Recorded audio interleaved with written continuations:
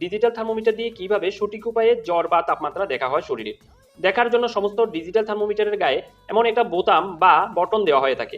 এটাকে অন করার জন্য আমরা এটাকে প্রেস বা চাপ দেব। দেওয়ার পর দেখুন এটা অন হয়ে গিয়েছে এবং ডিসপ্লেতে সি অর্থাৎ সেলসিয়াসে তাপমাত্রাটা আছে। এবার যদি আমরা এটাকে পরিবর্তন করতে হয় ফারেনহাইটে নিতে হয়, কিভাবে নেব? নেওয়ার জন্য আমরা যদি এটাকে চাপ দিই তাহলে কিন্তু এটা বন্ধ হয়ে যাবে, পরিবর্তন হবে না।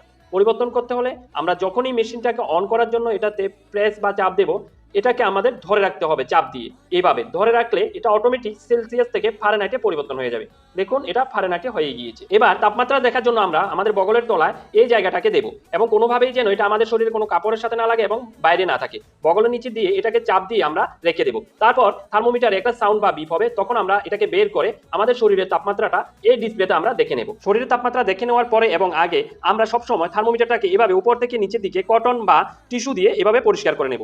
যদি বুঝতে অসুবিধা হয় চ্যানেলে গিয়ে পুরো ভিডিওটা আপনারা দেখতে পারেন।